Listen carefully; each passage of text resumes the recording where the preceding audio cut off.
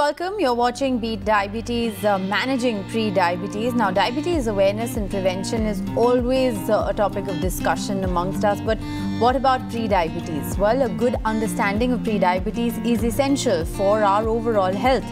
As pre-diabetes cases continue to rise in India and around the world, promoting pre-diabetes awareness is essential. Pre-diabetes doesn't necessarily have any clear symptoms, so it often goes unnoticed and undiagnosed. Some people may not realize that they or someone they care about could have pre-diabetes. However, early diagnosis and treatment can help prevent or delay serious health complications. Therefore, raising awareness of pre-diabetes and stressing the importance of people knowing their risk is critical, particularly now as the COVID-19 pandemic has amplified the negative health risks associated with the chronic health conditions.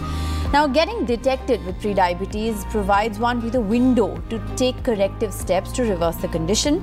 You should consult a doctor and follow doctor's recommendation to make the necessary lifestyle changes. Today, we have with us eminent endocrinologists who will help you understand and manage pre-diabetes. Joining us, Dr. Sushil Jindal, Professor and Head of Endocrine Department, People's College of Medicine Sciences and Research Centre, Bhopal.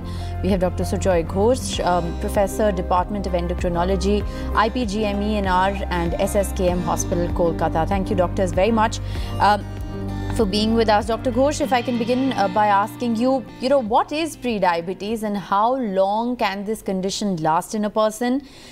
More importantly, when and how soon can pre-diabetes progress to a full-blown type 2 diabetes? Thank you very much, firstly, for having me on the show. When we talk about blood glucose levels, it's a spectrum disorder. So at one end, you will have individuals who have normal blood glucose levels, and at the other end, you will have people who have diabetes. There will be a significant group of people who will not follow or fall in either of these two groups. They will be in that middle group. And by definition, we say that you have diabetes if your post-glucose readings are more than 200, and if your fasting blood glucose is more than 126, or your HbA1c is more than 6.5. On the contrary, if the fasting sugar is above 100 according to the ADA, or 110, but less than 126, according to the WHO, you have what is called fasting hyperglycemia. Similarly, if your blood glucose is between 140 to 200 after a meal, you are diagnosed as pre-diabetes. So it's that borderline zone between normalcy and diabetes that we define pre-diabetes. Remember, this is pretty arbitrary. It's not necessarily that, you're 126, it means diabetes, and 125 means that you don't have diabetes. You have to look at it as a spectrum disorder, that these individuals who are in this so-called category of pre-diabetes are at greatest likelihood of progressing to diabetes, like you've already stated. Now, if you look at India, probably 20% of the adult population is in this pre-diabetes group. So the dangers of that is progression to overt diabetes. And certain problems like heart problems might start even at this stage of pre-diabetes. Now, the progression to diabetes is something which is not necessarily very fixed. For example, if you've got a bad family history, diet, exercise is bad, you've been treated with steroids, you got pregnant, then the progression to pre-diabetes to diabetes is going to be much quicker. It is estimated anywhere around 20 to 25% of the population will progress from pre-diabetes to diabetes in 2 to 5 years' time, but this is not necessarily applicable to all individuals. And therefore, the opportunities that we have here is that if you lose weight, improve your lifestyle, improve your diet and exercise, you can probably prevent progression from pre-diabetes to diabetes. And like you've already stated, it might be asymptomatic at this point of time. So there are two ways of looking at it: a positive way, that you have an opportunity to prevent progression to diabetes, and the pessimistic view is that you probably already have risk factors which have started working to increase the risk of complications. Right, I think that's a very crucial point that you're making there. Dr. Jindal, there is a rise in pre-diabetes cases among younger people, in fact, and it is being detected in people who are even in their 20s. What could be the reason for getting pre-diabetes at such a young age? It's very true. Actually, we keep seeing patients we keep seeing families where the grandfather developed diabetes at the age of 60, the father developed at the age of 40, and now son developed at 20. So actually, there is a change in lifestyle which is producing it. We know that genetically we are very prone to develop high glucose and subsequently pre-diabetes and diabetes. This is all because that our metabolism evolved like this, that whenever there is excess of calories available, we try to conserve it in the form of fat around the abdomen. And this fat can be very quickly converted into glucose. And this was a very big survival advantage at the time when there was food scarcity, famines. But now this has become a curse. So we see that children are overeating, and there are no abundance of food available, and the type of food they consume also is very refined carbohydrates, very high in fat. So it's leading to obesity, which leads to insulin resistance and brings dysglycemia or deranged glucose levels. And then over and above it, there is also lack of exercise. And we see children, they are more focused on studies, and whatever leisure time they have, they spend it on computers and mobiles and TV rather than going to playgrounds. And this leads again that these calories are not being consumed or not be used, and so they become more and more obese. And lastly, there's also a factor of mental stress. This is a competitive world, and so children are very, very stressed because of these competitive examinations, and this brings in a lot of hormones which actually produce insulin not to work properly, and then this leads to again high glucose levels. And so this is all, so we can say genetics is involved, overeating is involved, lack of exercise, and also mental stress. This is producing the development of high glucose pre-diabetes at much younger age, and most of our children, they become at risk of developing pre-diabetes. Right. So that, of course, is an explanation of why young people are getting affected as well. But Dr. Ghosh, most people get diagnosed with pre-diabetes during a routine checkup. Could you tell our viewers if there are any signs or symptoms of pre-diabetes that people should be aware of, that people shouldn't ignore?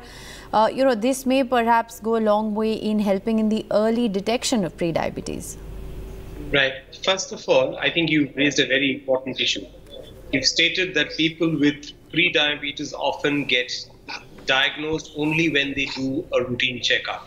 So first of all, a routine checkup is important for everyone. So once you're above the age of 25, Government of India guideline says 30, but I would probably go down to age 25.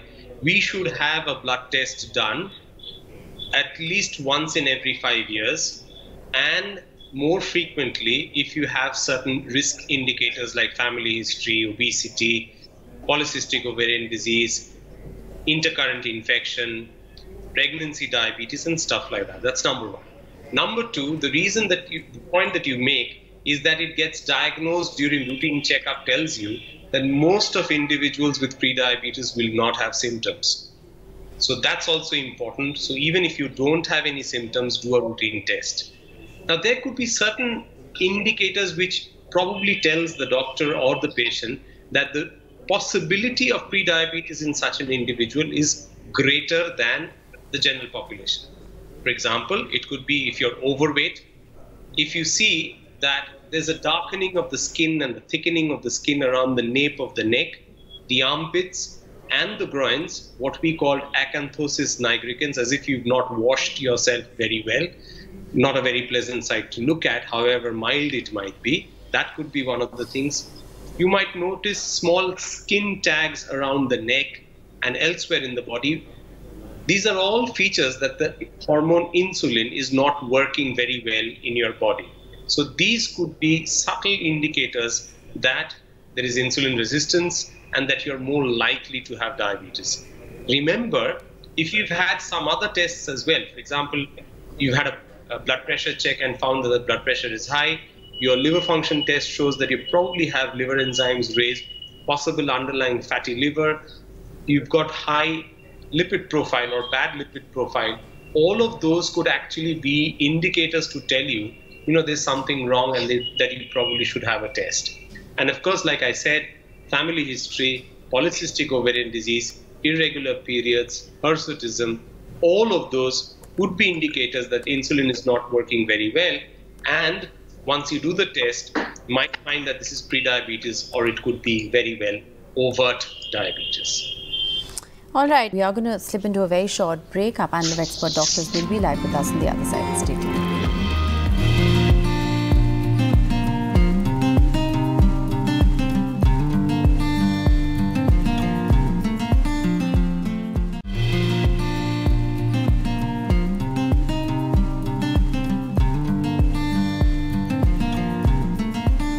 Welcome back. We're having an important conversation around pre-diabetes. Dr. Jindal, if I can come to you at the moment, what is the role of the glycemic index of food in the management of pre-diabetes? See, glycemic index is an index which shows us that after consuming a particular food, how fast and how far the glucose level in blood will rise. And so if you are consuming food which is already pre-processed and cooked and which contains a lot of refined carbohydrates like sugar, then what will happen is that glucose level will go up very fast. But if we consume food which takes some time to get digested and assimilated, then we'll have a blunted type of response of glucose to the given food. See, when we were living in jungles during the ancient time, we were making a lot of effort to fetch food, and then also we were using whole 22 feet intestine for digestion and assimilation of food. So blood glucose will not rise so fast after consuming food. But what has happened is that now we see that we cook the food, we process the food, and then we also use a lot of refined carbohydrates in form of maida, in form of rice, sugars. So what happens is that this produces a very steep increase in glucose level immediately after the food. And this goes and then stimulates the insulin producing cells, which we call them beta cells. And they have to work very, very hard. And over the time, what happens is these beta cells get exhausted. And then they may also undergo process of death. So this is how the insulin becomes less and less, and then the glucose levels, they go up and up. So the message is that if we consume a lot of food which is low in glycemic index, we probably will be able to avoid high glucose levels in diabetics, as well as in people who are in the normal range, but they are prone to develop diabetes because of their genetics. Then we can definitely delay development of pre-diabetes and also diabetes. Now, food which are recommended with high, low GI index are various salads, fruits, which take a lot of time to get digested. I'm not talking about the sweet foods, but I'm talking of many fruits which are available. And similarly, salads also, they have carbohydrates which are not being able to be digested by human body. And so if you take a lot of fiber, a lot of green vegetables in your diet, and then also some legumes and dals, they also have a lot of fiber. So we can prevent development of pre-diabetes and diabetes if we make a habit of taking these food more and less of the refined carbohydrates. Okay. Dr. Ghosh, does losing weight help to reverse pre-diabetes, and how much exercise per day is indeed needed if you want to lose weight and better manage a pre-diabetes condition? Right. I think it's become very popular now. You will find advertisements and a lot of emphasis by lay press as well on reversal of diabetes and prevention of progression of pre-diabetes to diabetes. Essentially, one of the major causes of insulin resistance and the fact that the insulin doesn't work well is when we put on weight. The more fat tissue we have in the body, the insulin works worse and increases your risk of progression from pre-diabetes to diabetes. Now, an individual might be quite way away from the ideal body weight target. That should not put off the individual from losing weight. Remember, it would be helpful to lose at least 5% of body weight. Most guidelines talk about a 7% weight loss. a 10% weight loss will be great. So anything between 5 to 10% weight loss will help reverse significantly a lot of the metabolic problems of obesity. That will actually lead to less risk of prediabetes progressing to diabetes, maybe even reversal of to normal state, and also important body benefits, including blood pressure and cholesterol benefits. Now, to lose weight, it's not very easy. Essentially, it's a matter of energy balance. So let us assume that to lose weight, you will have to cut down on your calorie intake. A little bit of that has to do with the glycemic index, but overall calorie reduction, and also importantly, an increased energy expenditure in the form of exercise. So first of all, decide upon what exercise you can actually do, whether you've got bad knees, in which case probably swimming would be a good exercise. Otherwise, brisk walking is something which can be done very easily. Ensure that you exercise at least 5 days a week and at least half an hour every day, if not 45 minutes. So at least about 150-minute intense exercise a week will help in that endeavor of reversing prediabetes to a normal state, or at least preventing progression to diabetes. Right. Dr. Jindal, can people with prediabetes consume artificial sweeteners? And which artificial sweeteners in this case are safe? Artificial sweeteners are the chemicals which give you a sweet taste without adding any calories to your food. And we have many of them available in the market. And see, if you can save 1 teaspoon of table sugar, which is also known as sucrose, you can actually avoid something like 15 to 20 calories from your daily consumption. So if we use these agents, this will help patient reducing the amount of calories he is consuming. There are many sweeteners available. There's one aspartame, which can be given in the form of tablets, which get dissolved in the beverages, or it is also available in the form of powders. But the only problem with aspartame is that when it is added to very hot liquids, it turns bitter, and so some people will not like that taste. Then second one is sucralose, which is very commonly used nowadays. It is almost 500 times more sweetness, has more sweetness than the table sugar. And it can be used, again, it is quite safe to use it.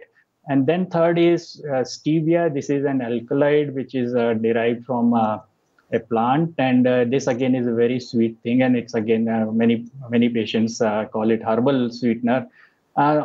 So we can use these type of chemicals judiciously. They are actually considered safe for consumption in a normal person, except in children and pregnant women, where it should be avoided. And they can actually add, in cutting short the calories, if somebody is eating a lot of sweet or is using a lot of sugar in their tea, coffee or milk. They can be done. But only problem is that now there are some studies telling us that the brain perceives the sense of satiety by increase in glucose. And if we do not allow glucose to rise, then probably the person may end up eating more calories in other forms. So there are some studies telling us that overuse of these may be counterproductive rather than helping reduce weight. But I'll say that if somebody is very fond of taking sweets and cannot take tea, coffee without any sugar, then these are very good alternatives. And some calories can be avoided daily by use of these sweeteners. All right. Dr. Ghosh, there are also several supplements and products that are available in the market which claim to reverse prediabetes. Should people trust such supplements? Right. The basic principle or the basic premise on the basis of which people claim that these work is these are used as food replacers or food supplements, is that, for example, you want your tummy to be full so that you don't eat other stuff and so that you don't increase your calorie intake. Now, there are 2 or 3 things that I would like to talk about these so-called supplements and replacers. Number 1, they're very expensive. Number 2, we do not have randomized controlled trials to show that they actually work. So unless and until you have definitive evidence in future to say that such food replacers and food supplements work, I would, as a doctor, not recommend taking supplements. Secondly, a lot of these supplements contain a lot of stuff in it, including maybe natural so-called herbal stuff, which often interact with the metabolism of some of the drugs that we use in clinical practice. And therefore, it's best avoided to avoid drug interactions from happening. Supplements are useful only in individuals who are probably unable to eat, but that's a very different kind of ball game than the kind of population that we are talking about. So unless and until it's needed, let's not go down that way. Only if the doctor thinks that there's some deficiency that you're suffering from for which you need supplements, avoid so-called over-the-counter supplements and avoid misuse of prescription of so-called supplements.